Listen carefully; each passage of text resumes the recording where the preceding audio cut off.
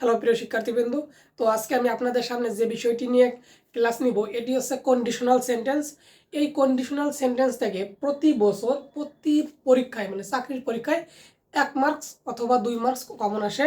তো এই যে 1 মার্ক এটা যদি আপনি অ্যাচিভ করতে চান তো অবশ্যই আমার এই ক্লাসটি দেখুন। খুব সহজে মাত্র 2 মিনিট বা 3 মিনিটের ভিতরে আমি এই কন্ডিশনাল সেন্টেন্স কি আসলে কিভাবে অ্যান্সার করতে হবে, বিশেষ করে এমসিকিউর ক্ষেত্রে, তো আমি এটি আপনাদের দেখাবো।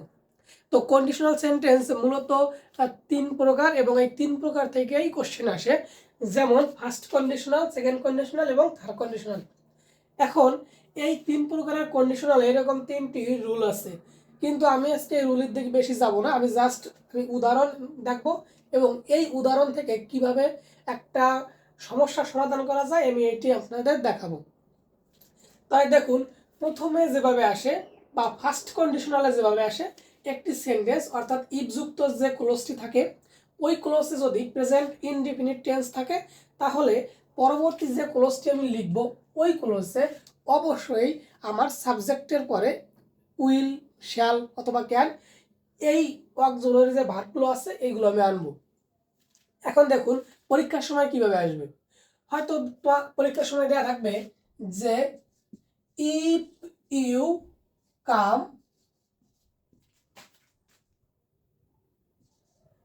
I go there। এখন এইভাবে আসবে যে if you come, I go there। এখন এই গোর স্থানে কতটুকু আমি পরিবর্তন করব। তো প্রথমে আমার বুঝতে হবে যে আমার ইফ যুক্ত যে ক্লজটি আছে এই ক্লজটি কোন টেন্স। দেখুন আমার ইউ সাবজেক্ট, তারপরে যে ভার্বটা আছে এই ভার্বটা আছে আমার প্রেজেন্ট টেন্সে। যেহেতু আমার ইফ যুক্ত ক্লজটি আছে প্রেজেন্ট টেন্সে, তখন বুঝতে হবে যে আমার এইটাই আমার সাবজেক্টের পরে অবশ্যই শ্যাল, উইল অথবা ক্যান আমার আনতে হবে। তো আমি কি করব, আমি জাস্ট এইটারে আমি শুধু গোর আগে দেব আই শ্যাল অথবা আই উইল গো দেয়ার, তাহলে আমার এখানে অ্যান্সার কমপ্লিট হয়ে যাবে। এটি ছিল আমার ফার্স্ট কন্ডিশনাল। সেকেন্ড কন্ডিশনালে ছিল যদি ইফ যুক্ত ক্লোজের সাথে যদি আমার পাস্ট ইনডিফিনিট থাকে, অর্থাৎ সাবজেক্টের পরে যদি আমার ভার্বের দ্বিতীয় রূপ থাকে, তাহলে আমার পরবর্তী সেন্টেন্সে বা পরবর্তী ক্লোজে আমার সাবজেক্টের পরে উড, কুড, মাইট আনতে হবে। এবং আমরা জানি যে মডাল যে অক্সিলারিগুলো আছে এর পরবর্তীতে সব সময় ভার্বের বেস ফর্ম বসে। অর্থাৎ এখানে যদি থাকে যে ইফ ইউ, আমি এইটার দ্বিতীয় রূপ লিখতেছি ইফ ইউ কেম, আই এখানে যদি দেওয়া থাকতো যে গো, দেয়ার, THERE, যদি এরকম দেওয়া থাকতো যে ইফ ইউ কেম, যেহেতু এটা V2 অর্থাৎ ভার্বের দ্বিতীয় রূপ, সেজন্য আমি লিখতাম যে I would, WOULD, I would go there. অর্থাৎ যদি আমার ইফ যুক্ত ক্লোজটি যদি আমার পাস্ট ইনডিফিনিট থাকে, তাহলে পরের যে ক্লোজটি আমি লিখব ওই ক্লোজে সাবজেক্টের পরে অবশ্যই উড, কুড, মাইট যে কোনো একটি আনবো এবং ভার্বের বেস ফর্ম থাকবে। এরপরে যে থার্ড কন্ডিশনাল, এই থার্ড কন্ডিশনালে আমার দেখতে হবে যে ইফ যুক্ত ক্লোজের সাথে পাস্ট পারফেক্ট টেন্স আছে কিনা। এখন আমার দেখতে হবে যে পাস্ট পারফেক্ট টেন্স আমি কিভাবে চিনব। তো আমরা স্বাভাবিকভাবে জানি যে পাস্ট পারফেক্ট টেন্সে আমার সাবজেক্টের পরে সব সময় হ্যাড আসবে এবং তারপর ভার্বের তৃতীয় রূপ আসবে। অর্থাৎ আমি একটা সেন্টেন্স দিয়ে আপনাদের আমি বোঝাই। যদি থাকতো ইফ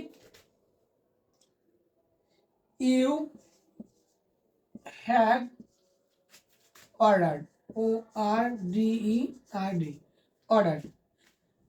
দেখুন এই যে সাবজেক্টের পরে হ্যাড এবং অর্ডার দেওয়া আছে। এখন যদি দেখেন এরকম যে সাবজেক্টের পরেই হ্যাড আছে এবং ভার্বের তৃতীয় রূপ আছে, তখন বুঝতে হবে যে এইটা আছে আমার পাস্ট পারফেক্ট টেন্সে। এইটা থাকলেই আমার পরবর্তী সেন্টেন্সে আমি যে কোনো একটা যদি দেই সাবজেক্ট যে আই, এরপরে আমার উড হ্যাভ অথবা কুড হ্যাভ অথবা মাইট হ্যাভ যে কোনো একটি দেওয়া লাগবে। তো আমি জাস্ট উড হ্যাভ দিলাম যে I would have, WOULD, I would have DONE, done the work, WORK, বা I would have done the work. মোট কথা আমার সব সময় দেখতে হবে হ্যাড অথবা হ্যাভ এরপরে সবসময় ভার্বের তৃতীয় রূপ বসবে। অর্থাৎ আমি এই হ্যাভ অথবা হ্যাডের পরে যে ভার্ব দেই, যদি গো দেই লিখতে হবে আমার গন, জিও এন গন লিখতে হবে, কারণ মনে রাখতে হবে হ্যাভের পরে সবসময় ভার্বের তৃতীয় রূপ বসে। তো এই 3টা রুল যদি আপনারা ফলো করতে পারেন তো অবশ্যই চাকরির পরীক্ষায় একটা কোশ্চেন আসবেই ইনশাল্লাহ।